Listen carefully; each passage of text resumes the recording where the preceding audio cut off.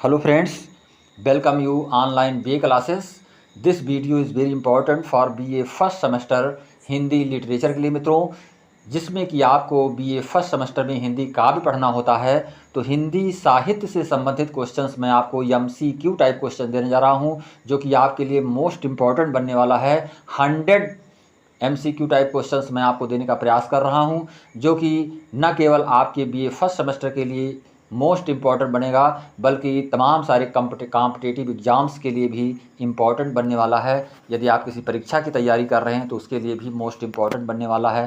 तमाम सारी यूनिवर्सिटी में MCQ टाइप क्वेश्चंस पूछे जा रहे हैं और आने वाले एग्ज़ाम में MCQ टाइप क्वेश्चंस से आपको very short answer type questions को लर्न करने में बहुत ही सुविधा मिलेगी, समझने में बहुत ही सुविधा मिलेगी। इसलिए मैंने ये उचित समझा कि आपको MCQ टाइप क्वेश्चंस हिंदी काव्य से संबंधित क्यों ना दिया जाए।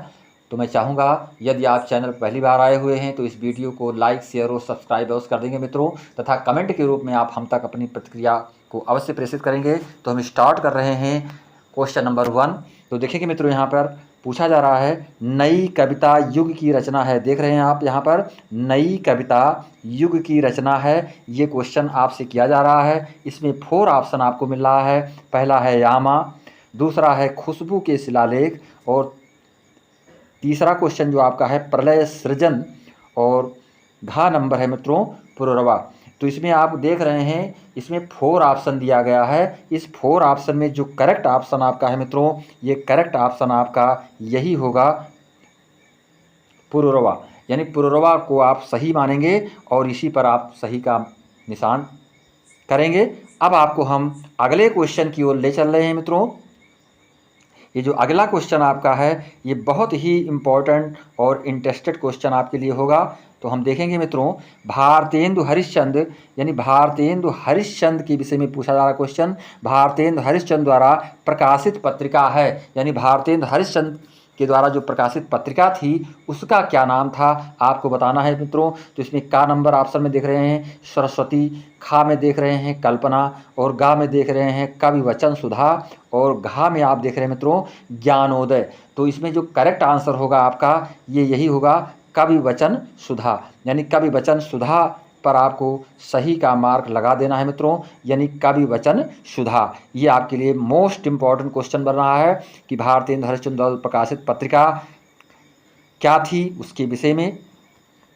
अब आप देखेंगे मित्रों, जो अगला क्वेश्चन आपको मैं देने जा रहा हूँ, ये अगला क्वेश्चन आपके लिए बहुत ही ये भी इंटरेस्टेड क्वेश्चन बनेगा और इम्पॉर्टेंट क्वेश्चन भी बन रहा है। इसमें आपसे पूछा जा रहा है सुमित्रानंदन पंत सुकुमार कवि हैं। ध्यान दीजिए मित्रों, सुमित्रानंदन पंत सुकुमार कवि हैं। सुकुमार किसको कहा जाता है? ऐसे कवि जो बहुत ही प्रकृति के भीतर छुप करके उसकी छिपी हुई रहस्य को जानने की का प्रयास कर रहा हो, उसे हर वेदना को समझने वाला कवि, उसी को सुकुमार कवि कहा जा सकता है मित्रों। इसमें भी आपको 4 ऑप्शन मिल रहा है। तो इसमें देख रहे हैं का नंबर में प्रकृति के संबंधित थे, श्रृंगार के बारे में, ज्ञान के, और आप देख रहे हैं मित्रों यहाँ पर जो है जो चौथा ऑप्शन दिया गया है भक्ति के। तो आप देख रहे हैं 4 ऑप्शन इसमें आपको दिया जा रहा है। तो इस 4 ऑप्शन में जो करेक्ट ऑप्शन है मित्रों आपका, ये करेक्ट ऑप्शन आपका पहला ही है। पहला ऑप्शन आपको इसमें मिल रहा है ये करेक्ट ऑप्शन के रूप में, जिसमें कि आपको यही बताना है कि ये प्रकृति के बहुत समीपवर्ती कवि माने गए हैं। तो ये का नंबर ऑप्शन आपका करेक्ट होगा इसमें। अब आप देखेंगे मित्रों क्वेश्चन नंबर 4। क्वेश्चन नंबर 4 में पूछा जा रहा है राम की शक्ति पूजा कविता के रचयिता हैं, यानी राम की शक्ति पूजा कविता के रचयिता कौन हैं, इनके विषय में क्वेश्चन किया जा रहा है मित्रों। तो इसमें भी आपको 4 ऑप्शन मिल रहे हैं। तो इस 4 ऑप्शन में आप देखेंगे यहाँ पर मित्रों, 4 ऑप्शन में जो करेक्ट ऑप्शन आपका है वो यही है इसमें, कि इसमें जो है गा नंबर, यानी कि सूर्यकांत त्रिपाठी निराला, यानी सूर्यकांत त्रिपाठी निराला को हम इससे संबंधित समझ सकते हैं, जान सकते हैं। इसमें सूर्यकांत त्रिपाठी निराला ही ऑप्शन आपका करेक्ट होगा। अब आप देखेंगे मित्रों अगला क्वेश्चन जो मैं आपको देने जा रहा हूँ, ये अगला क्वेश्चन है विनय पत्रिका किस काल की रचना है। ये क्वेश्चन आपका है। ये भी बहुत ही मोस्ट इम्पॉर्टेंट क्वेश्चन है मित्रों। विनय पत्रिका से संबंधित क्वेश्चन किया जा रहा है। विनय पत्रिका किस काल की रचना है, इस काल को हमें बता देना है कि किस काल की ये रचना मानी गई है। तो का में बताया जा रहा है आदिकाल, खा में बताया जा रहा है भक्ति काल, और गा में बताया जा रहा है रीतकाल, तथा घा में बताया जा रहा है आधुनिक काल। तो इसमें जो है 4 ऑप्शन दिया गया है। इस 4 ऑप्शन में जो करेक्ट ऑप्शन है मित्रों, ये आपका अंतिम ऑप्शन है, यानी आधुनिक काल। इसको हम किस रूप में जानेंगे? आधुनिक काल के रूप में इसको समझते हैं। जब विनय पत्रिका किस काल की रचना, ऐसा क्वेश्चन किया जाए तो आपको आधुनिक काल ही लिखना है मित्रों। अब आप देखेंगे अगला क्वेश्चन जो मैं आपको देने जा रहा हूँ, ये अगला क्वेश्चन आपका है मित्रों, अष्टछाप के कवि नहीं हैं। अष्टछाप के कवि नहीं हैं, ये क्वेश्चन आपसे किया जा रहा है। तो इसमें आप देखेंगे अष्टछाप के कवि नहीं होने का मतलब जो अष्टछाप कवियों में नहीं माने जाते हैं मित्रों। तो इसमें पहला ऑप्शन है परमानंद दास, दूसरा है गोविंद स्वामी, और तीसरा है ईश्वर दास, और घा ऑप्शन आपका है मित्रों नंददास। तो इसमें आप देख रहे हैं 4 ऑप्शन दिया गया है। जो करेक्ट ऑप्शन आपको यहाँ पे मिलेगा वो करेक्ट ऑप्शन है मित्रों ईश्वर दास, यानी कि आपको इस नंबर पर टिक लगा देना है। ईश्वर दास इसके जो है अष्टछाप कवि नहीं कहे गए हैं। तो हमको ये पूरी तरह से ध्यान रखना है। अभी हाल के एग्ज़ाम में आपने परीक्षा दिया होगा, यूपी पुलिस की परीक्षा मित्रों, या टेट सुपर टेट की एग्ज़ाम को आप तैयारी में लगे हुए हैं, देने जा रहे हैं या दे चुके भी होंगे।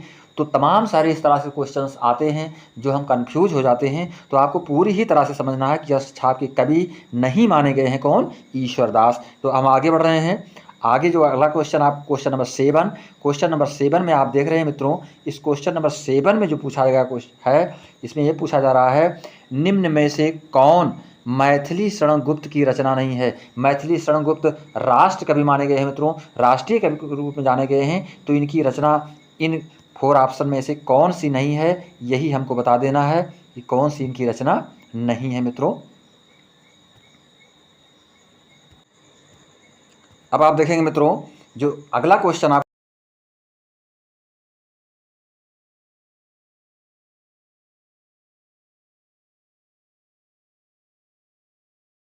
देखेंगे अगला क्वेश्चन, ये अगला क्वेश्चन क्वेश्चन नंबर 8 देखेंगे मित्रों।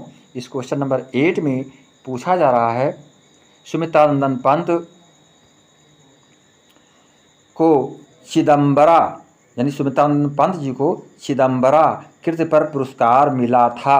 अब इसमें 4 ऑप्शन आपको मिल रहा है भारतीय ज्ञानपीठ पुरस्कार, भारत भारती पुरस्कार, साहित्य अकादमी पुरस्कार, स्वर्णमाला पुरस्कार, यानी 4 ऑप्शन आपको यहाँ पर दिया जा रहा है। इस 4 ऑप्शन में जो आपका करेक्ट ऑप्शन है वो पहला ही मित्रों करेक्ट है। इसमें भारतीय ज्ञानपीठ पुरस्कार प्रदान किया गया था किनको? सुमित्रानंद पंत को चिदम्बरा कृति पर, यानी चिदम्बरा कृति जो इन्होंने रचना की थी उसी पर इनको भारतीय ज्ञानपीठ पुरस्कार प्रदान किया गया था। अब आप देखेंगे मित्रों क्वेश्चन नंबर 9, क्वेश्चन नंबर 9 में आपसे पूछा जा रहा है निम्न में से जयशंकर प्रसाद की काव्य कृति है। अब इसमें आपको बता देना है कि जयशंकर प्रसाद जी ने किस रचना को किया है। इसमें भी आपको 4 ऑप्शन मिल रहा है मित्रों। इस 4 ऑप्शन में जो करेक्ट ऑप्शन आपका है, करेक्ट ऑप्शन आप देख रहे हैं इसमें अनामिका, यानी कि जयशंकर जी का जो है लिखा हुआ जो काव्य कृति है वो है अनामिका। इस पर आप सही का मार्क लगाएंगे। इसमें जो इत्तलम भी नहीं है, द्वापर भी नहीं है, चित्राधार भी नहीं है, केवल इसमें अनामिका आपका ऑप्शन सही हो रहा है। अब आप देखेंगे मित्रों क्वेश्चन नंबर 10, क्वेश्चन नंबर 10 में आप देखेंगे रीतकाल की सर्वाधिक महत्वपूर्ण प्रवृत्ति है, यानी कि रीतकाल के समय की जो सर्वाधिक महत्वपूर्ण प्रवृत्ति बताई गई है उसमें भी आपको बता देना है कि इन 4 ऑप्शन में कौन सा ऑप्शन आपको करेक्ट लग रहा है, किस ऑप्शन को आप करेक्ट मानेंगे। तो मित्रों आप देखेंगे यहाँ पर इसमें भी आपका जो ऑप्शन नंबर खा है यही करेक्ट है, सिंगारिकता, यानी सिंगारिकता को रीतकाल की सर्वाधिक महत्वपूर्ण प्रवृत्ति हम मान सकते हैं। बाकी सारे ऑप्शन आपके रॉन्ग हैं, गलत हैं, इनको हमको नहीं मानना है। केवल आपका खा ऑप्शन सिंगारिकता ही इसमें सही है। अगला क्वेश्चन देखेंगे मित्रों क्वेश्चन नंबर 11, क्वेश्चन नंबर 11 में आपसे पूछा जा रहा है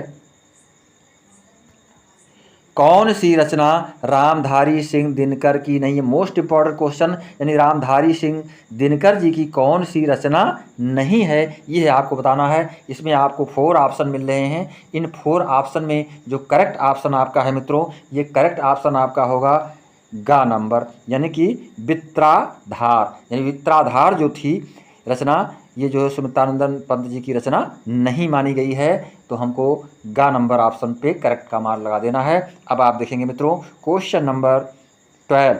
क्वेश्चन नंबर 12 देखिए, यामा रचना है। इसमें हम देखेंगे हमको त्रुटि मिल रही है यहाँ पे, यामा रखना नहीं, इसको रचना मानेंगे मित्रों। यामा जो रचना है ये किसकी कृति है, इसको हमें बता देना है। तो इसमें आप देखेंगे जयशंकर प्रसाद की, महादेवी वर्मा की, अज्ञेय की, सुमित्रानंदन पंत जी की। तो इसमें जो करेक्ट ऑप्शन आपको मिलेगा मित्रों, ये करेक्ट ऑप्शन आपका खा ऑप्शन है, यानी कि इसमें आपको करेक्ट का मार्क लगा देना है महादेवी वर्मा की। यानी महादेवी वर्मा जो है यामा के रचनाकार है, यामा की रचनाकार है महादेवी वर्मा जी। तो इस पर हमको करेक्ट का मार्क लगा देना है। अब आपको हम क्वेश्चन नंबर 13 की ओर ले चल रहे हैं। क्वेश्चन नंबर 13 देखेंगे मित्रों। क्वेश्चन नंबर 13 में पूछा जा रहा है, हिंदी साहित्य के आदिकाल के लिए चारण काल नाम, यानी चारण काल नाम जो प्रदान किया गया मित्रों, इसको किसने प्रदान किया, यह आपको बताना है। तो इसमें भी आपको 4 ऑप्शन मिल रहा है। इस 4 ऑप्शन में पहला है राहुल साकृत्यायन ने, रामबंधु शुक्ल ने, डॉक्टर रामकुमार वर्मा ने, डॉक्टर नगेंद्र ने। तो इसमें 4 ऑप्शन जो आपको मिल रहा है, करेक्ट ऑप्शन जो आपको इसमें मिलेगा, ये करेक्ट ऑप्शन गा है, डॉक्टर रामकुमार वर्मा। यानी हिंदी साहित्य के आदिकाल के लिए चारण काल का नाम दिया था इन्होंने, डॉक्टर रामकुमार वर्मा जी ने। अगला क्वेश्चन आप देखेंगे मित्रों, क्वेश्चन नंबर 14। क्वेश्चन नंबर 14 में पूछा जा रहा है, किस कवि को ज्ञानपीठ पुरस्कार नहीं मिला। तो इसमें आपको बताना है, 4 ऑप्शन दिया जा रहा है इसमें मित्रों, किस कवि को ज्ञानपीठ पुरस्कार नहीं मिला। 4 कवियों के नाम यहाँ पर दिए गए हैं। ये क्वेश्चन नंबर आपका 14 है। इसमें जो सही ऑप्शन आपका है, सही ऑप्शन मित्रों है जयशंकर प्रसाद, यानी जयशंकर प्रसाद जी को ज्ञानपीठ पुरस्कार नहीं मिला मित्रों। बाकी सुमित्रानंदन पंत जी को भी प्राप्त हुआ, महादेवी वर्मा जी को भी मिला, रामधारी सिंह दिनकर जी को भी मिला, परंतु जो है जयशंकर प्रसाद जी को ये ज्ञानपीठ पुरस्कार नहीं प्राप्त हुए थे। तो ये क्वेश्चन नंबर 14 का घा ऑप्शन आपको सही मानना है। अब हम आपको क्वेश्चन नंबर 15 की ओर ले चल रहे हैं। क्वेश्चन नंबर 15 में पूछा जा रहा है मित्रों, सुमित्रानंदन पंत की रचना नहीं है। ध्यान दीजिएगा मित्रों, सुमित्रानंदन पंत की रचना नहीं है। इसमें भी आपको 4 ऑप्शन मिल रहा है। इस 4 ऑप्शन में जो करेक्ट ऑप्शन आपका है मित्रों, ये करेक्ट ऑप्शन आपका है गा नंबर, यानी कि रसवंती।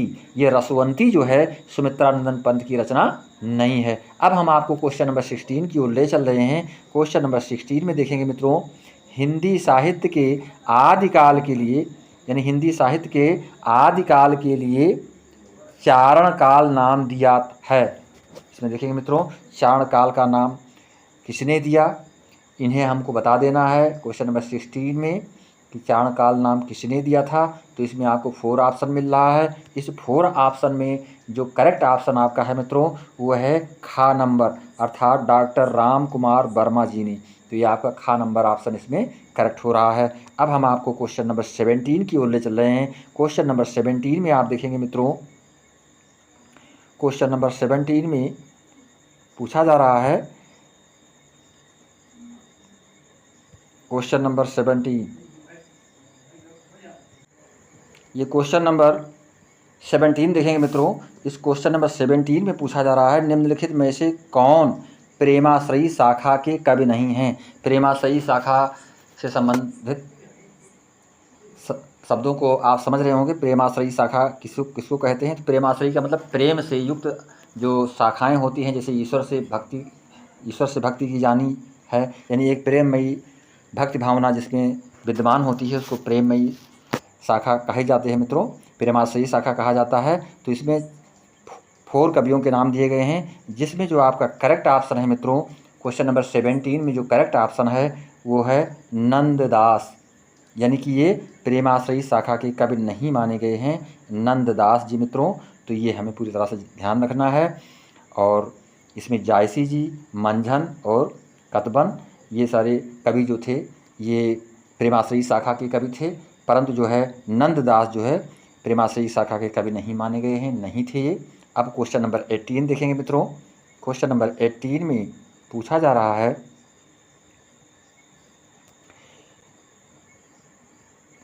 निम्न में से किन्हें ज्ञानपीठ पुरस्कार नहीं मिला। अब आपको बताना है कि इन कवियों में से किसे जो है ज्ञानपीठ पुरस्कार नहीं प्राप्त हो पाए थे मित्रों। तो ये हमको बता देना है यहाँ पर।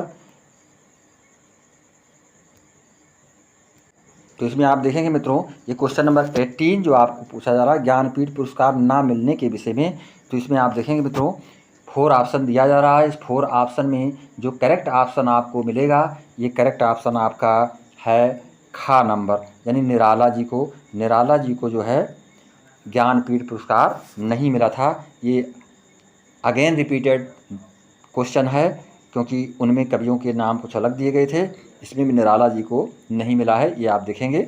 अगला क्वेश्चन जो आपको मैं देने जा रहा हूँ मित्रों, ये क्वेश्चन नंबर 19। क्वेश्चन नंबर 19 देखेंगे मित्रों। क्वेश्चन नंबर 19 में आपसे पूछा जा रहा है,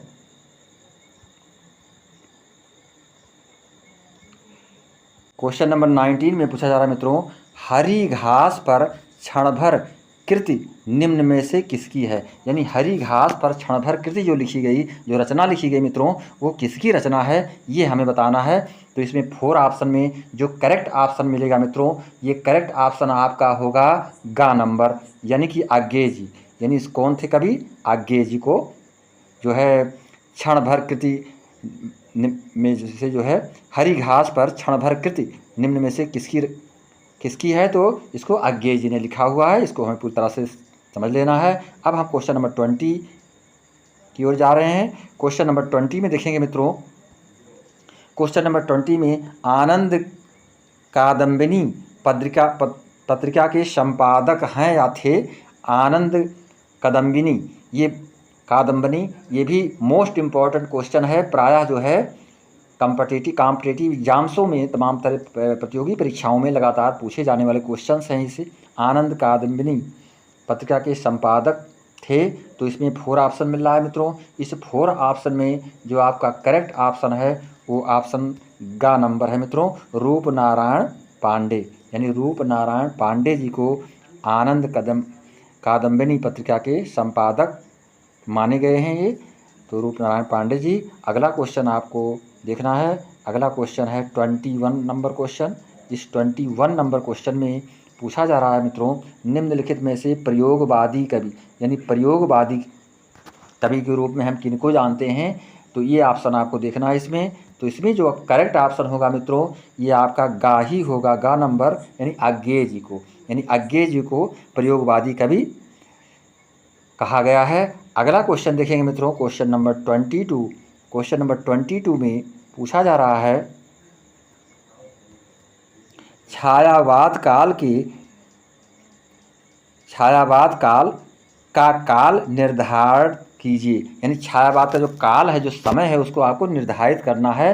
तो किस ऑप्शन के अंतर्गत इसका निर्धारण हो सकता है, ये आपको बताना है मित्रों। तो इसमें जो ऑप्शन नंबर गा है, ये आपका करेक्ट होगा। यानी कि 1919 से लेकर के 1938 ईस्वी तक हम जो है छायावाद काल का काल निर्धारण समझ सकते हैं, 1919 से लेकर के 1938 ईस्वी तक। अगला क्वेश्चन आप देखेंगे मित्रों, क्वेश्चन नंबर 23। क्वेश्चन नंबर 23 में पूछा जा रहा है, प्रगतिवाद का मुख्य आधार है। यानी प्रगतिवाद का जो मुख्य आधार माना जाता है मित्रों, उसके विषय में क्वेश्चन किया जा रहा है। ये क्वेश्चन नंबर 23। तो इसमें जो आपको करेक्ट ऑप्शन मिलेगा मित्रों, करेक्ट ऑप्शन आपको गा नंबर मिलेगा, यानी साम्यवाद। यानी प्रगतिवाद का जो मुख्य आधार होता है वो साम्यवाद होता है मित्रों। तो ये गा नंबर ऑप्शन आपका करेक्ट है। अगला क्वेश्चन देखेंगे मित्रों, क्वेश्चन नंबर 24। यानी क्वेश्चन नंबर 24 में पूछा जा रहा है मित्रों, कीर्तिलता के रचनाकार हैं। मोस्ट इम्पॉर्टेंट क्वेश्चन, कीर्तिलता के रचनाकार के नाम आपको बताना है यहाँ पर। तो कीर्तिलता के रचनाकार कौन हैं, इनके विषय में आपको बता देना है यहाँ पर मित्रों।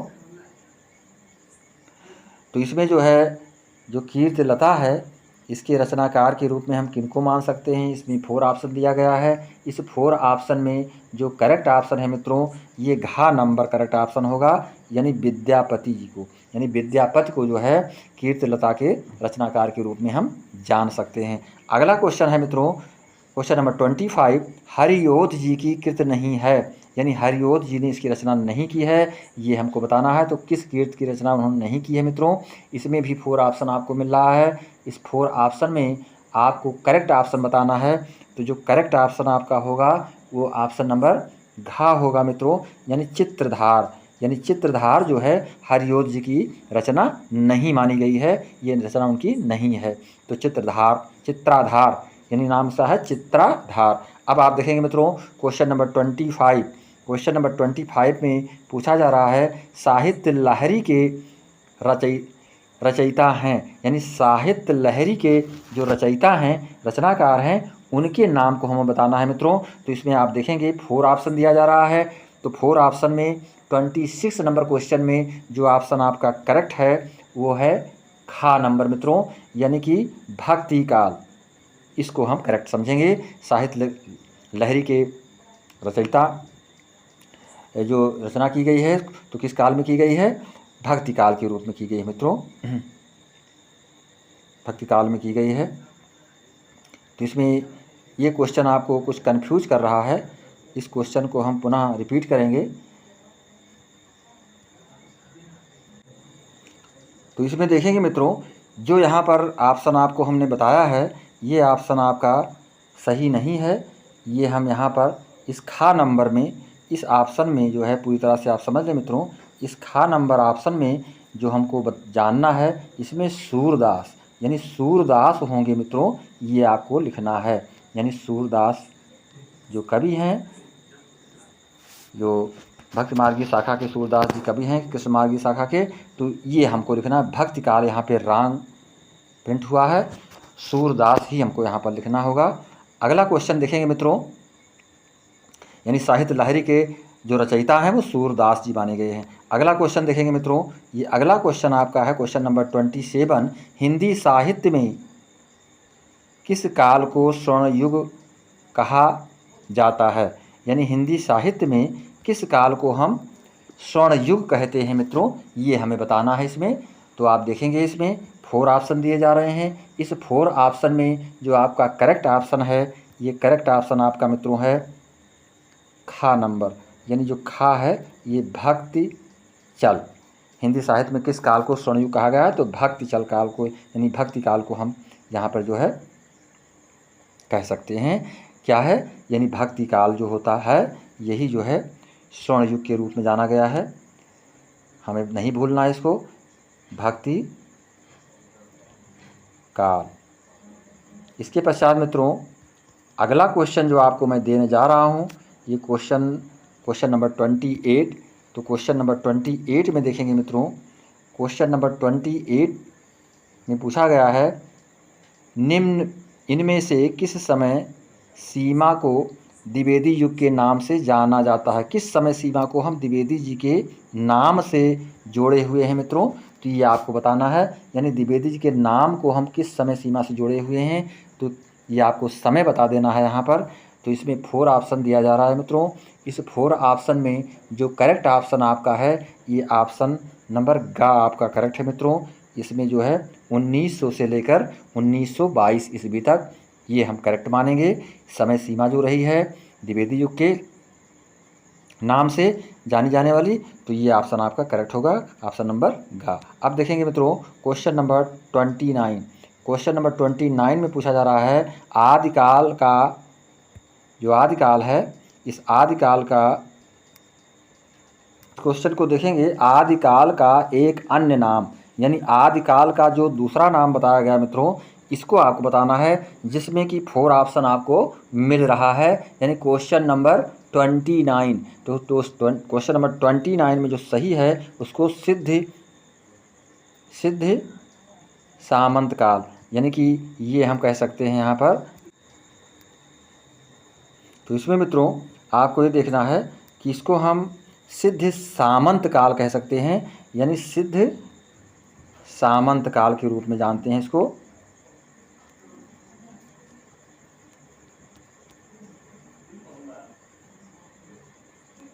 सिद्ध सामंत काल।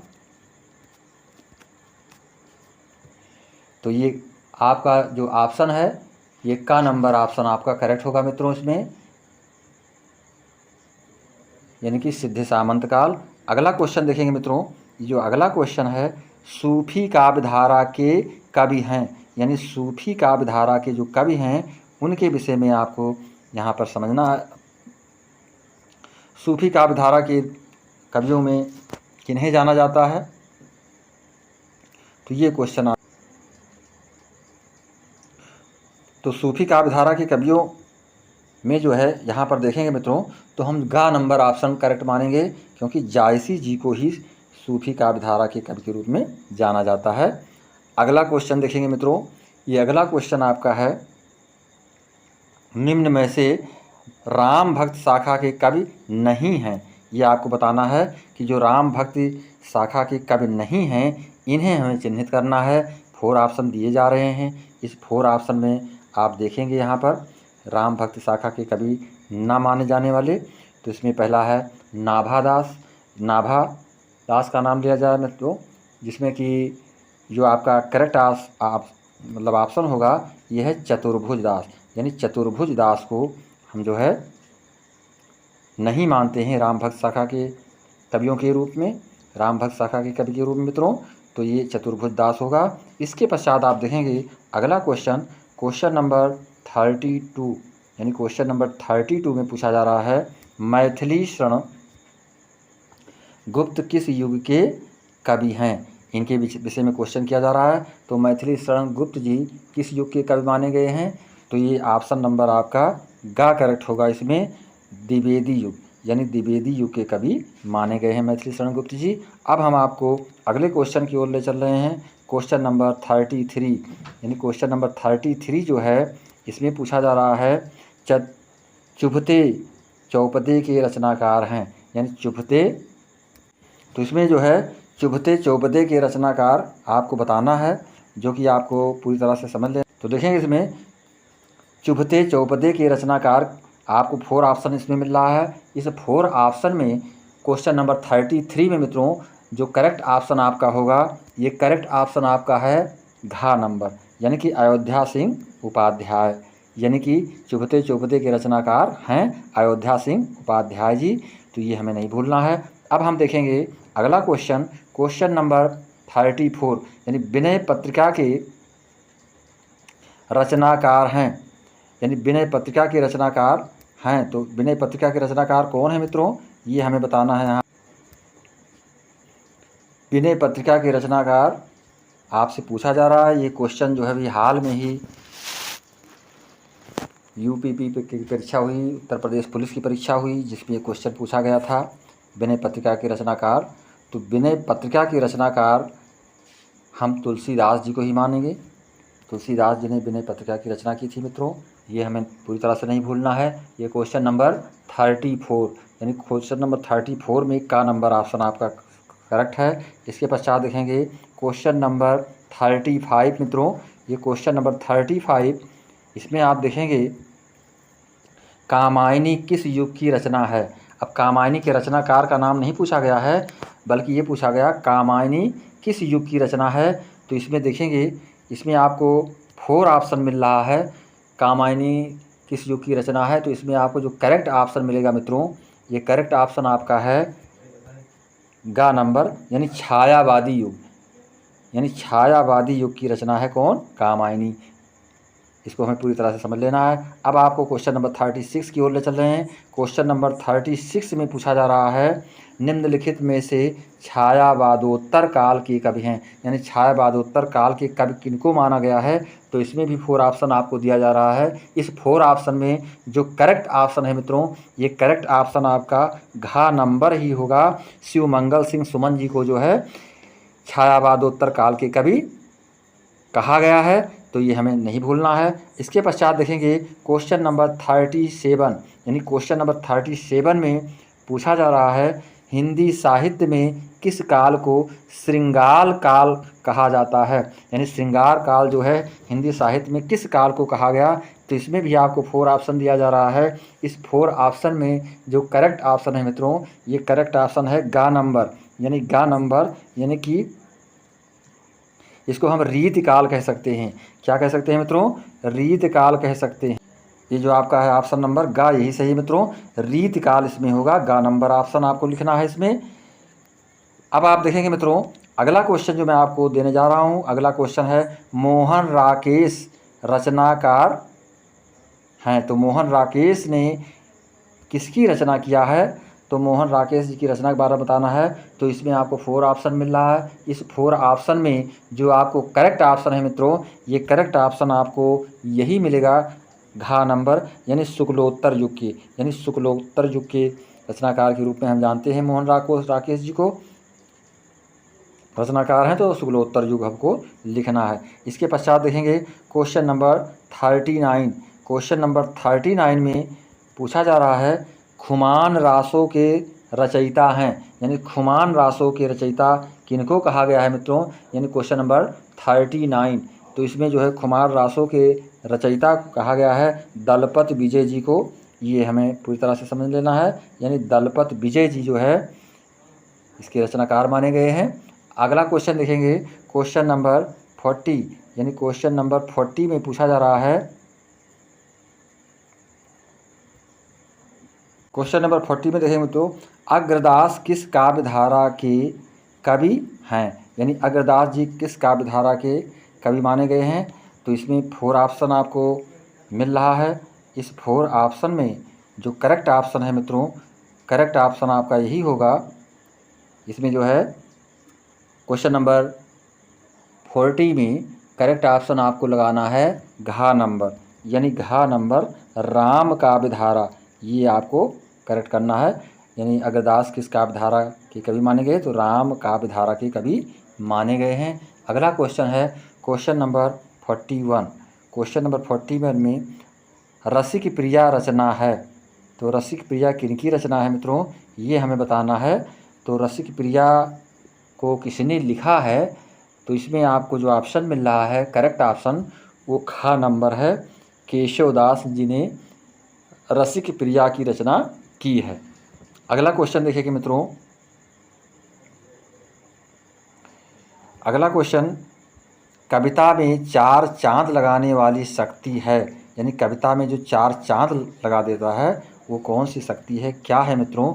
तो ये है आपको बताना है, उस शैली के विषय में बताना है आपको क्वेश्चन नंबर 42 में। तो इसमें जो करेक्ट ऑप्शन है मित्रों, ये करेक्ट ऑप्शन आपका गा नंबर है, यानी व्यंजना शैली, यानी व्यंजना का प्रयोग करके हम कविता में 4 चांद लगा देते हैं। अगला क्वेश्चन है मित्रों क्वेश्चन नंबर 43।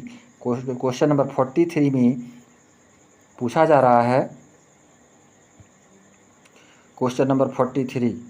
तो देखेंगे मित्रों, पानीहों की वह पीन पुकार किसकी पंक्ति है? ये हमको बताना है कि ये रचना की जो पंक्ति है कविता की, ये किसने लिखा हुआ है। तो ये 43 नंबर क्वेश्चंस में आपको करेक्ट ऑप्शन यहाँ पर बताना है मित्रों। 43 नंबर क्वेश्चन में तो जो करेक्ट ऑप्शन आपको मिलेगा इसमें ये गा नंबर मिलेगा, अर्थात सुमित्रानंदन पंत जी की ये लाइन है, इसे हमें नहीं भूलना है। इसके पश्चात देखेंगे क्वेश्चन नंबर 44। क्वेश्चन नंबर 44 में पूछा जा रहा है मित्रों, रसमंजरी के रचनाकार हैं। यानी रसमंजरी के रचनाकार को बता देना है आपको, रसमंजरी को किसने लिखा है। तो इसमें जो है 4 ऑप्शन दिया जा रहा है। इस 4 ऑप्शन में करेक्ट ऑप्शन आपको नंददास, यानी नंददास जी ने रसमंजरी की रचना की थी। अगला क्वेश्चन नंबर 45। क्वेश्चन नंबर 45 में देखेंगे मित्रों, इसमें निम्नलिखित में से कौन सी रचना महाकाव्य नहीं है? तो ये हमें बता देना है कि कौन सी रचना महाकाव्य नहीं है। तो इसमें जो ऑप्शन नंबर गा है ये सही है, रसमरथी। ये रसमरथी जो है मित्रों ये महाकाव्य नहीं है, जो कि बीए फर्स्ट सेमेस्टर में हिंदी काव्य के अंतर्गत हम पढ़ते हैं रसमरथी को। तो ये जो है महाकाव्य नहीं मानी गई है। अगला क्वेश्चन देखेंगे मित्रों, अगला क्वेश्चन, जयशंकर प्रसाद के काव्य की सिद्धावस्था है, ये हमें बताना है। जयशंकर प्रसाद जी के काव्य की जो सिद्धावस्था बताई गई है, इसमें 4 ऑप्शन आपको मिल रहा है। इस 4 ऑप्शन में जो करेक्ट ऑप्शन आपका है मित्रों, ये है घ नंबर, यानी कामायनी। जयशंकर प्रसाद के काव्य की सिद्धावस्था है, तो सिद्धावस्था हम कामायनी में ही प्राप्त कर पाते हैं, ये हमें पूरी तरह से समझ लेना है। अगला क्वेश्चन देखेंगे मित्रों, क्वेश्चन नंबर 47। क्वेश्चन नंबर 47 पूछा जा रहा है, हरि को हरि नाम काव्य पंथ के रचनाकार हैं, यानी हरि को हरि नाम काव्य पंथ के रचनाकार कौन हैं, ये हमें बता देना है। तो पूरी तरह से समझ लें मित्रों, इसमें भी 4 ऑप्शन आपको दिया जा रहा है, तो जो करेक्ट ऑप्शन आपको लिखना है इसमें से क्वेश्चन नंबर 47 में जो करेक्ट ऑप्शन आपको लिखना होगा इसमें, तो करेक्ट ऑप्शन आप लिखेंगे का नंबर जो आपका है, यानी कि रामधारी सिंह दिनकर, ये आपको करेक्ट ऑप्शन के रूप में मिल रहा है।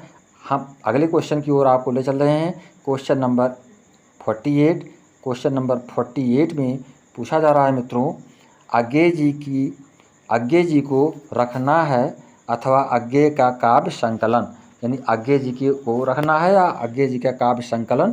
तो इसमें जो है 4 ऑप्शन आपको मिल रहा है। इस 4 ऑप्शन में जो करेक्ट ऑप्शन आप लगाएंगे, इसमें करेक्ट जो है वो करेक्ट है मित्रों खा नंबर, हरी घास पर क्षण मेरा, हरी घास पर क्षण मेरा, ये ऑप्शन करेक्ट होगा। इसके पश्चात देखेंगे क्वेश्चन नंबर 49। क्वेश्चन नंबर 49 में पूछा जा रहा है, छायावादोत्तर काल के कवि हैं।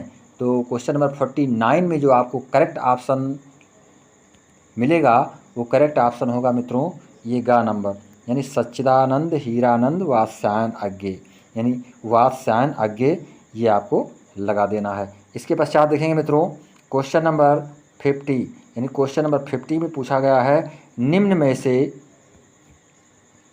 किन्हें ज्ञानपीठ पुरस्कार नहीं मिला, यानी किनको ज्ञानपीठ पुरस्कार नहीं प्रदान किया गया, नहीं प्राप्त हुआ, ये आपको बताना है। तो इसमें जो ऑप्शन आपका पहला ही है जयशंकर प्रसाद जी को, तो इनको जो है ज्ञानपीठ पुरस्कार नहीं प्राप्त हुआ था मित्रों। तो इस तरह से हम देखेंगे, सही 30 मिनट होगा।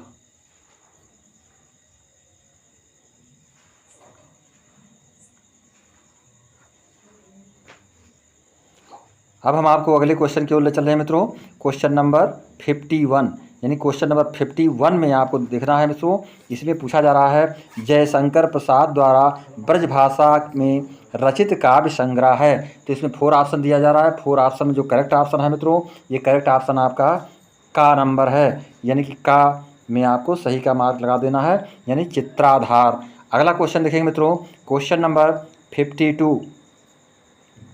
इस क्वेश्चन नंबर 52 में पूछा जा रहा है, वैदेही वनवास काव्य कृति है। तो वैदेही वनवास काव्य कृति किसकी कृति है मित्रों, तो इसमें भी आपको नहीं भूलना है, ये आपका फर्स्ट ऑप्शन ही करेक्ट होगा, खंड काव्य, यानी वैदेही वनवास काव्य कृति है खंड काव्य, तो ये हमको नहीं भूलना है मित्रों। इसके पश्चात देखेंगे क्वेश्चन नंबर 53।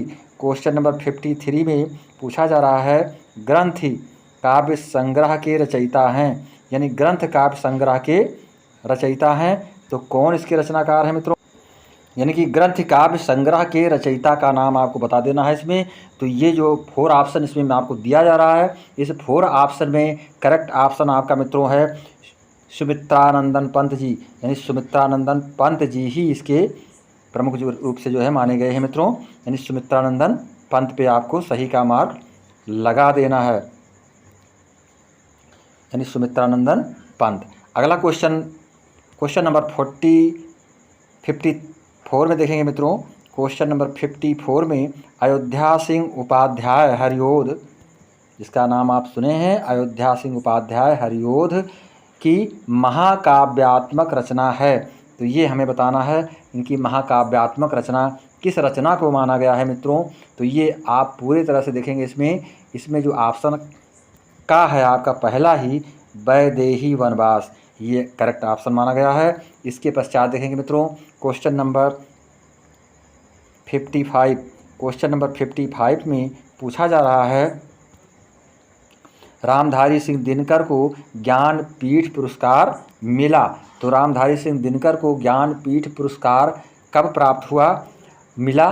तो इसमें ऑप्शन ग आपका सही होगा, यानी उर्वशी रचना पर जो है इनको जो है ज्ञानपीठ पुरस्कार प्राप्त हुआ था। किनको? रामधारी सिंह दिनकर जी को। मित्रों अगला क्वेश्चन देखेंगे क्वेश्चन नंबर 56। क्वेश्चन नंबर 56 में पूछा जा रहा है बीसल देव रासों के रचयिता हैं, यानी बीसल देव रासों के रचनाकार के बारे में क्वेश्चन किया जा रहा है। तो बहुत ही सरल ढंग से आप समझेंगे, ये खा नंबर ऑप्शन आपका सही है, नरपति नाल, यानी बीसल देव रासों के रचयिता हैं नरपति नाल जी। अगला क्वेश्चन देखेंगे मित्रों क्वेश्चन नंबर 57, यानी क्वेश्चन नंबर 57 में पूछा जा रहा है तार सप्तक, यानी तार सप्तक का प्रकाशन वर्ष है। इसका आपको प्रकाशन वर्ष केवल बता देना है मित्रों कि कब उसको प्रकाशित किया गया था। तो इसका प्रकाशन वर्ष है मित्रों ये खा नंबर ऑप्शन, यानी कि 1943, यानी 1943 में तार सप्तक का प्रकाशन वर्ष माना जाता है। अगला क्वेश्चन देखेंगे मित्रों क्वेश्चन नंबर 58, रीत मुक्त कवि हैं, यानी रीत मुक्त कवि किसको कहा गया मित्रों? तो रीत मुक्ति कवि के रूप में हम जानते हैं जिनमें कि घनानंद जी को, यानी घनानंद जी घा नंबर ऑप्शन में है। तो ये आपको करेक्ट लगाना है, यानी घनानंद को हम रीत मुक्ति कवि के रूप में जानते हैं। अगला क्वेश्चन देखेंगे मित्रों क्वेश्चन नंबर 59, आंगन के पार द्वार रचना है। मोस्ट इम्पॉर्टेंट क्वेश्चन, आंगन के पार द्वार रचना है। तो ये किसकी रचना कही गई है? तो किसकी रचना कही गई है इसको आप पूरी तरह से समझ लेंगे मित्रों। ये रचना है आज्ञेय जी की, तो इसको हम लोग को नहीं भूलना है। आज्ञेय जी इसको लिखे हुए हैं, आंगन के पार द्वार की रचना किया हुआ है। इसके पश्चात देखेंगे मित्रों क्वेश्चन नंबर 60, यानी क्वेश्चन नंबर 60 में पूछा जा रहा है हिंदी साहित्य के आदिकाल के लिए चारण काल नाम दिया गया। मोस्ट इम्पॉर्टेंट क्वेश्चन, इसमें भी 4 ऑप्शन दिया जा रहा है। इस 4 ऑप्शन में जो करेक्ट ऑप्शन आप मानेंगे, ये करेक्ट ऑप्शन है राम कुमार वर्मा ने, यानी राम कुमार वर्मा जी को जो है आदिकाल के लिए चारण काल का नाम दिया था। राम कुमार वर्मा जी ने साहित्य के आदिकाल के लिए चारण काल नाम देने का जो श्रेय मिल रहा है राम कुमार वर्मा जी को मिल रहा है। अगला क्वेश्चन देखेंगे मित्रों क्वेश्चन नंबर 61। क्वेश्चन नंबर 61 में पूछा जा रहा है लहर के रचनाकार हैं, यानी लहर के रचनाकार के नाम बताना है आपको।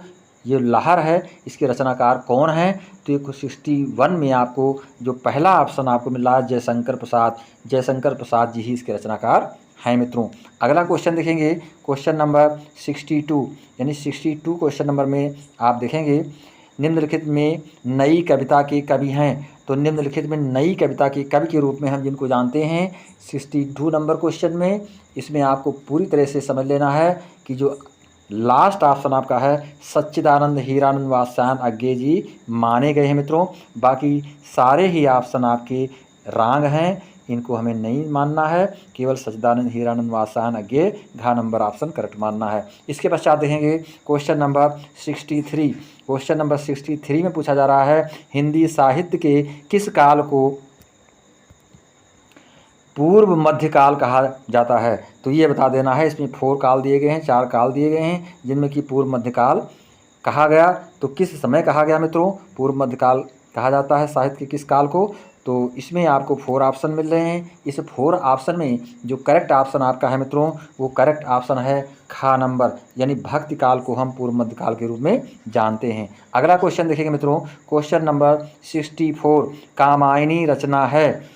मोस्ट इम्पॉर्टेंट क्वेश्चन, कामायनी रचना है। तो इसमें भी 4 ऑप्शन आपको मिल रहा है। इस 4 ऑप्शन में जो करेक्ट ऑप्शन आपका है मित्रों ये गा नंबर ऑप्शन है, यानी कि जयशंकर प्रसाद। ये हमको नहीं भूलना है, जयशंकर प्रसाद जी ने ही कामायनी की रचना की थी। Question number 65। क्वेश्चन नंबर 65 देखेंगे मित्रों। क्वेश्चन नंबर 65 में पूछा जा रहा है हिंदी साहित्य के आदिकाल के लिए बीज वपन नाम दिया है, यानी बीज वपन नाम किसने दिया था मित्रों? तो ये हमको बताना है इस ऑप्शन में। तो इसमें भी 4 ऑप्शन आपको मिल रहा है। इस 4 ऑप्शन में जो करेक्ट ऑप्शन आप पाएंगे, ये करेक्ट ऑप्शन है ग नंबर, यानी आचार्य महावीर प्रसाद द्विवेदी जी। अगला क्वेश्चन देखेंगे मित्रों, अष्टछाप के कवियों का संबंध है भक्ति काल की। तो अष्टछाप के जो कवि हैं वो भक्ति काल के किस रूप में माने गए हैं? तो क्वेश्चन नंबर 66 में जो ऑप्शन आपको मिल रहा है, ये ऑप्शन नंबर गा, यानी कि कृष्ण भक्ति शाखा, यानी कृष्ण भक्त शाखा से हम मानते हैं इसको। अगला क्वेश्चन देखेंगे मित्रों, कितनी नावों में कितनी बार काव्य कृति है, यानी कितनी नावों में कितनी बार ये काव्य कृति किसकी है, ये हमको बता देना है क्वेश्चन नंबर 67 में। तो इसमें जो पहला ऑप्शन आपका है मित्रों, सच्चिदानंद हीरानंद वात्स्यायन की, यही आपको सही मानना है, बाकी सारे ऑप्शन रॉन्ग हैं। अगला क्वेश्चन देखेंगे मित्रों, 68 नंबर क्वेश्चन। 68 नंबर क्वेश्चन में पूछा जा रहा है, रामचंद्र शुक्ल ने हिंदी साहित्य के जिस काल को रीति काल नाम दिया है उसे श्रृंगार काल नाम दिया, उसी रीति काल को श्रृंगार काल के रूप में जाना है मित्रों। तो वो कौन से कवि हैं, किन्होंने श्रृंगार काल के रूप में इसको जाना, ये हमको बता देना है। तो इसमें आपको 4 ऑप्शन मिल रहा है। इस 4 ऑप्शन में मित्रों जो करेक्ट ऑप्शन आपका है, पूरी तरह से इसको समझेंगे, जो करेक्ट ऑप्शन है 68 नंबर क्वेश्चन में जो करेक्ट ऑप्शन आपको लगा देना है मित्रों, ये करेक्ट ऑप्शन आपका है का नंबर, यानी कि आचार्य विश्वनाथ प्रसाद मिश्र जी, यानी आचार्य विश्वनाथ प्रसाद मिश्र जी जो है इसको बताने वाले हैं। अगला क्वेश्चन देखेंगे मित्रों, प्रिय प्रवास काव्य कृति का मुख्य रस है, रस बताना है इसमें, प्रिय प्रवास में किस रस का प्रयोग किया गया है, ये आपको हमको बताना है। तो इसमें भी 4 कवियों के मतलब 4 रस दिए गए हैं, संयोग श्रृंगार, करुण, वियोग श्रृंगार और शांत। तो इन चारों रसों में कौन सा वो रस है जो कि काव्य कृति का मुख्य रस माना जाता है प्रिय प्रवास में, तो ये हमें बता देना है। तो इसमें आपको जो सही ऑप्शन मिल रहा है वो है वियोग श्रृंगार। कौन सा मिल रहा है मित्रों? वियोग श्रृंगार। इसके बाद देखेंगे क्वेश्चन नंबर 70, धर्म के प्रति अनास्था तथा शोषक वर्ग के प्रति घृणा प्रमुख विषय माना गया, तो किसके अंतर्गत माना गया मित्रों? क्वेश्चन नंबर 17 में जो करेक्ट ऑप्शन आपको मिल रहा है वो करेक्ट ऑप्शन है खा नंबर, प्रगतिवाद की, यानी प्रगतिवाद में ऐसा कहा गया था कि धर्म के प्रति अनास्था तथा शोषक वर्ग के प्रति घृणा प्रमुख विशेषताएं थी, तो प्रगतिवाद में ऐसा हुआ था। अगला क्वेश्चन देखेंगे, क्वेश्चन नंबर 71, मैथिली शरण गुप्त की काव्य कृति है, मोस्ट इंपॉर्टेंट क्वेश्चन मित्रों, मैथिली शरण गुप्त की काव्य कृति माना गया। इसमें भी 4 ऑप्शन आपको दिया जा रहा है। इस 4 ऑप्शन में जो करेक्ट ऑप्शन है मित्रों वो है घा नंबर, प्रदक्षिणा, यानी प्रदक्षिणा को मैथिली शरण गुप्त की काव्य कृति माना गया है। अगला क्वेश्चन देखेंगे, क्वेश्चन नंबर 72। क्वेश्चन नंबर 72 में मित्रों पूछा जा रहा है, सुमित्रानंद पंत को ज्ञानपीठ पुरस्कार मिला था, तो कब मिला था मित्रों, किस पर मिला था, यह आपको बता देना है। तो इस 72 नंबर क्वेश्चन में जो करेक्ट ऑप्शन आपको मिलेगा वो है गा नंबर, यानी चिदम्बरा पर जो है इनको ज्ञानपीठ पुरस्कार प्रदान किया गया था। इसके पश्चात हैं क्वेश्चन नंबर 73 मित्रों,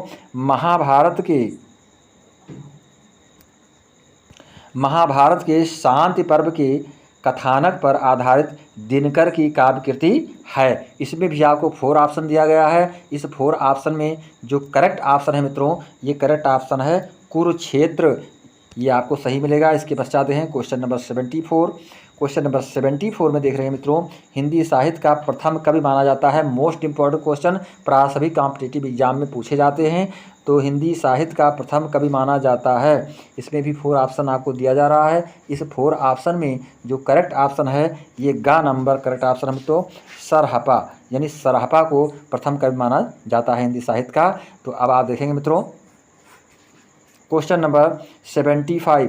क्वेश्चन नंबर 75 में आप देखेंगे मित्रों, पृथ्वीराज रासो में प्रधानता है, यानी पृथ्वीराज रासो में किसकी प्रधानता पाई गई है, किस रस की प्रधानता पाई गई है, ये आपको बताना है 4 ऑप्शन में से। तो जो करेक्ट ऑप्शन है मित्रों ये है खा नंबर, यानी कि वीर रस, यानी पृथ्वीराज रासो में वीर रस का प्रयोग किया गया है। ये हमें नहीं भूलना है। इसके पश्चात देखेंगे दोहा कोश के रचनाकार हैं, यानी दोहा कोश के रचनाकार को आपको बता देना है मित्रों, इसके रचनाकार हैं। तो इसमें 4 ऑप्शन दिया गया है। इस 4 ऑप्शन में करेक्ट ऑप्शन जो आपका है मित्रों ये है गा नंबर सरहपा, यानी कि दोहा कोश के रचनाकार के रूप में इनको जाना गया है, सरहपा को। इसके पश्चात देखेंगे मित्रों क्वेश्चन नंबर 77। क्वेश्चन नंबर 77 में पूछा गया है परमाल रासो किस काल की रचना है। Most important question, Parmal Raso किस काल की रचना है, तो इसको हमें बता देना है। तो इसमें जो ऑप्शन नंबर का है यही सही है, आदिकाल की रचना मानी गई है। इसके पश्चात देखेंगे मित्रों क्वेश्चन नंबर 78, निम्नलिखित में से पृथ्वीराज रासो के रचनाकार कौन हैं, अथवा पृथ्वीराज रासो की रचना किस व्यक्ति ने की। Most important question. तो इसमें भी 4 ऑप्शन आपको दिया जा रहा है। इस 4 ऑप्शन में मित्रों आपको करेक्ट ऑप्शन बता देना होगा। तो करेक्ट ऑप्शन के रूप में आप जानेंगे क्वेश्चन नंबर जो आपका यह है 78। तो 78 में करेक्ट ऑप्शन के रूप में आपको लिखना है मित्रों घा नंबर ऑप्शन, यानी चंद्रबरदाई को ही माना गया है मित्रों, चंद्रबरदाई। अगला क्वेश्चन देखेंगे क्वेश्चन नंबर 79। क्वेश्चन नंबर 79 में पूछा जा रहा है इनमें से किन्हीं का प्राचीनतम महाकाव्य कौन सा है। इनमें से हिंदी का प्राचीनतम महाकाव्य कौन सा है, अथवा निम्नलिखित में से किस ग्रंथ को हिंदी का प्रथम महाकाव्य माना जाता है। ये क्वेश्चन किया जा रहा है। इसमें 4 ऑप्शन आपको दिया जा रहा है। इस 4 ऑप्शन को पूरी तरह से आप समझ लें मित्रों। पहला है श्री रामचरितमानस, पहला है श्री रामचरितमानस। ये क्वेश्चन नंबर 79 है। तो 79 नंबर क्वेश्चन में जो आपका ऑप्शन है मित्रों ये गा नंबर सही होगा, पृथ्वीराज रासो। ये आपको सही का मार्क लगा देना है। इसके पश्चात देखेंगे मित्रों क्वेश्चन नंबर 80, वीर गाथा काल की प्रमुख विशेषता है, यानी वीर गाथा काल की जो प्रमुख विशेषता है उसे हमें एक्सप्लेन करना है, बताना है इस ऑप्शन में से कौन सा सही है। तो इसमें देखेंगे मित्रों ये गा नंबर ऑप्शन आपका सही है, युद्धों का सजीव चित्रण। इसमें जो है युद्धों का सजीव चित्रण किया गया है। अब आप देखेंगे क्वेश्चन नंबर 81। क्वेश्चन नंबर 81 में पूछा जा रहा है मित्रों हिंदी साहित्य के आदिकाल के लिए सिद्ध सामंत काल नाम दिया है। तो सिद्ध सामंत काल नाम किसने दिया है मित्रों, इसमें आपको ये बता देना है किसने इसको सिद्ध सामंत काल का नाम दिया। तो इसमें का नंबर जो ऑप्शन आपका है यही सही है, राहुल साकृत्यायन जी ने दिया है मित्रों आदिकाल के लिए सिद्ध सामंत काल का नाम, राहुल साकृत्यायन। इसको हमें नहीं भूलना है। बाकी 3 ऑप्शन आपके रॉन्ग हैं। क्योंकि मैं रॉन्ग ऑप्शन को अगर एक्सप्लेन करूंगा पूरी तरह से तो बहुत ही ज़्यादा समय लगेगा मित्रों, इसलिए आपको करेक्ट ऑप्शन की ओर मैं ज़्यादा बल दे रहा हूं। करेक्ट ऑप्शन आप समझाएंगे, रॉन्ग ऑप्शन को आपको नहीं ध्यान देना है। अब आप देखेंगे मित्रों अगला जो क्वेश्चन है क्वेश्चन नंबर 82। क्वेश्चन नंबर 82 में आप देखेंगे वीर गाथा काल की प्रमुख प्रवृत्तियों में से निम्नलिखित कौन सी प्रवृत्ति सही नहीं है, कौन सी प्रवृत्ति सही नहीं है इसको हमको बता देना है। क्वेश्चन नंबर 82 में जो ऑप्शन करेक्ट है मित्रों वो है राष्ट्रीयता की भावना, यानी राष्ट्रीयता की भावना। बाकी सारे जो है ऑप्शन गलत हैं। आश्रयदाताओं की प्रशंसा, कल्पना की प्रचुरता, युद्धों का सजीव चित्रण, तो ये सारे ऑप्शन गलत हैं, केवल राष्ट्रीयता की भावना सही है इसमें। अगला क्वेश्चन देखेंगे मित्रों क्वेश्चन नंबर 83, रेवंतगिरी रास के रचयिता हैं, यानी रेवंतगिरी रास के रचयिता के नाम आपको एक्सप्लेन करना है, कौन है इनको बता देना है आपको। तो क्वेश्चन नंबर 83 में जो करेक्ट ऑप्शन है मित्रों ये करेक्ट ऑप्शन है गा नंबर, यानी विजय सेन सूरी, यानी विजय सेन सूरी जो है रेवंतगिरी रास के रचयिता माने गए हैं। अगला क्वेश्चन देखेंगे मित्रों क्वेश्चन नंबर 84 में पूछा जा रहा है चरमाल रासो के रचयिता हैं परमाल रासो। ये चरमाल लिख गया है तो इसको परमाल समझेंगे मित्रों, परमाल रासो, यानी परमाल रासो के रचनाकार को बता देना है आपको क्वेश्चन नंबर 84 में। तो इसका जो ऑप्शन है ये घा नंबर गलत है तो जगनिक ने परमाल रासो की रचना की थी मित्रों। अगला क्वेश्चन आप देखेंगे क्वेश्चन नंबर 85, अमीर खुसरो कवि हैं, मोस्ट इंपॉर्टेंट क्वेश्चन, अमीर खुसरो कवि हैं तो किस समय के कवि माने गए हैं, ये आपको निर्धारित करना है 4 ऑप्शन में से। तो इसमें जो करेक्ट ऑप्शन है मित्रों वो पहला ऑप्शन ही करेक्ट है, आदिकाल की, यानी कि अमीर खुसरो कब माने गए थे, आदिकाल के मित्रों। अगला क्वेश्चन देखेंगे, क्वेश्चन नंबर 86, मुकरियाँ रचना हैं, यानी मुकरियाँ जो है ये रचना है तो किसकी रचना है मित्रों, ये आपको बता देना है। तो इसमें जो ऑप्शन नंबर गा है ये सही है, अमीर खुसरो की रचना मानी गई है मित्रों, अमीर खुसरो ने रचना की थी मुकरियाँ की। अगला क्वेश्चन देखेंगे, क्वेश्चन नंबर 87, संत काव्यधारा के कवि नहीं हैं। देखिएगा मित्रों बहुत ही सरल, बहुत ही इम्पोर्टेंट क्वेश्चन है, संत काव्यधारा के कवि नहीं हैं तो कौन नहीं है मित्रों, क्वेश्चन नंबर 87। तो इसमें जो गा ऑप्शन है यही करेक्ट होगा, कुतुबन, यानी कुतुबन जो थे वो संत काव्यधारा के कवि नहीं हैं। बाकी कबीरदास जी, रैदास जी और दादू दयाल जी ये सभी जो है माने हैं, लेकिन जो आपका करेक्ट ऑप्शन होगा मित्रों ये करेक्ट ऑप्शन यही है कि कुतुबन जो है संत काव्यधारा के कवि नहीं माने गए हैं मित्रों। कॉम्पिटेटिव एग्जाम में पूछा भी जा रहा है आदिकाल का ग्रंथ नहीं है, तो इसमें 4 ऑप्शन दिया गया है। जो 4 ऑप्शन करेक्ट ऑप्शन आप समझेंगे, ये करेक्ट ऑप्शन आपका घ नंबर है, अर्थात पद्मावत। ये पद्मावत क्या है मित्रों, ये आदिकाल का ग्रंथ नहीं है, ये हमको समझना है। इसके पश्चात हैं क्वेश्चन नंबर 89, क्वेश्चन नंबर 89 में जय मयंक जस चंद्रिका के रचयिता, जय मयंक जस चंद्रिका के रचयिता को आपको बता देना है। ये भी बहुत इंपॉर्टेंट क्वेश्चन है, इसको हमको पूरी तरह से समझ लेना है। इसमें 4 ऑप्शन दिए गए हैं क्वेश्चन नंबर 89 में। तो क्वेश्चन नंबर 89 में आप ध्यान देंगे मित्रों, ये क्वेश्चन नंबर 89 में गा ऑप्शन आपका सही है, मधुकर कवि, यानी मधुकर कवि को नहीं भूलना है, जय मयंक जस चंद्रिका के रचयिता, क्योंकि ये प्रायः जो है सभी कंपटीशन में पूछे जाने वाले सवाल हैं और बीए फर्स्ट सेमेस्टर की हिंदी काव्य में पूछे जाने वाले सवाल हैं। प्रायः जो है डीडी यूनिवर्सिटी गोरखपुर विश्वविद्यालय से दीनदयाल उपाध्याय गोरखपुर विश्वविद्यालय में जो कि MCQ टाइप क्वेश्चंस कंटिन्यूसली पूछे जा रहे हैं और तमाम सारी यूनिवर्सिटियों में पूछे जा रहे हैं, वहाँ के लिए मोस्ट इंपॉर्टेंट क्वेश्चन बन रहा है। क्वेश्चन नंबर 19 देखेंगे, आल खंड का दूसरा नाम हैदराबाद, तो इसको जो है कब दिया गया, कैसे दिया गया, तो क्वेश्चन नंबर 19 में हमको नहीं भूलना है, ये खा नंबर ऑप्शन आपका इसमें सही है, परमाल रासो, यानी परमाल रासो ने इसको जो है दूसरा नाम हैदराबाद दिया था। अगला क्वेश्चन देखेंगे, क्वेश्चन नंबर 91, आदिकाल का एक अन्य नाम भी है, ये हमको नहीं भूलना है। यदि आप हिंदी लिटरेचर पढ़ रहे हैं तो आपको नहीं भूलना है, आदिकाल का एक अन्य नाम, वो कौन सा नाम है मित्रों, पूरी तरह से आप समझ लें, ये नाम है सिद्ध सामंत काल, यानी सिद्ध सामंत काल, इसको हम इस नाम से जान सकते हैं, आदिकाल को सिद्ध सामंत काल के रूप में जान सकते हैं, यानी कि सिद्ध सामंत काल के रूप में इसको लिख सकते हैं। अगला क्वेश्चन देखेंगे मित्रों, क्वेश्चन नंबर 92, क्वेश्चन नंबर 92 में पूछा जा रहा है जयचंद्र प्रकाश किसकी रचना है, मोस्ट इंपॉर्टेंट क्वेश्चन, जयचंद्र प्रकाश किसकी रचना है।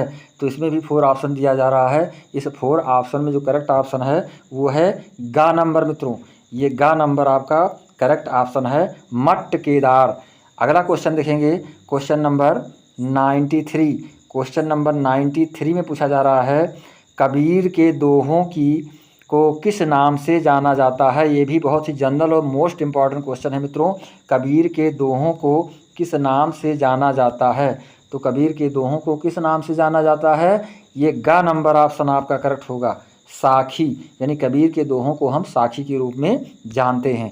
अगला क्वेश्चन देखेंगे, क्वेश्चन नंबर 94, वीर गाथा काल के कवि हैं, मोस्ट इंपॉर्टेंट क्वेश्चन, बहुत ही सरल है, आप पूरी तरह से समझ जाएंगे, अंतिम ऑप्शन ही सही है मित्रों इसका, जो कि 94 नंबर क्वेश्चन में ये जो घा ऑप्शन है, चंद्रबरदाई जी वीर गाथा काल के कवि माने गए हैं। अगला क्वेश्चन देखेंगे, क्वेश्चन नंबर 95, बुद्धिरास के रचयिता हैं, कन्फ्यूज कर देने वाला क्वेश्चन है मित्रों, पूरी तरह से आप इसको समझेंगे, बुद्धिरास के रचयिता, तो बुद्धिरास के रचयिता जो हैं माने गए हैं, ये गा नंबर ऑप्शन यानी शालभद्र सूर्य, यानी शालभद्र सूर्य ही इसके रचयिता माने गए हैं। नहीं आप जो है इसको गलत कर सकते हैं। अगला क्वेश्चन देखेंगे 96 नंबर क्वेश्चन, हालावाद के प्रवर्तक थे, यानी हालावाद के प्रवर्तक माने गए हैं। तो हालावाद के प्रवर्तक कौन माने गए हैं मित्रों, ये क्वेश्चन नंबर 96 है। इसमें खा ऑप्शन आपका करेक्ट है, हरिवंश राय बच्चन जी,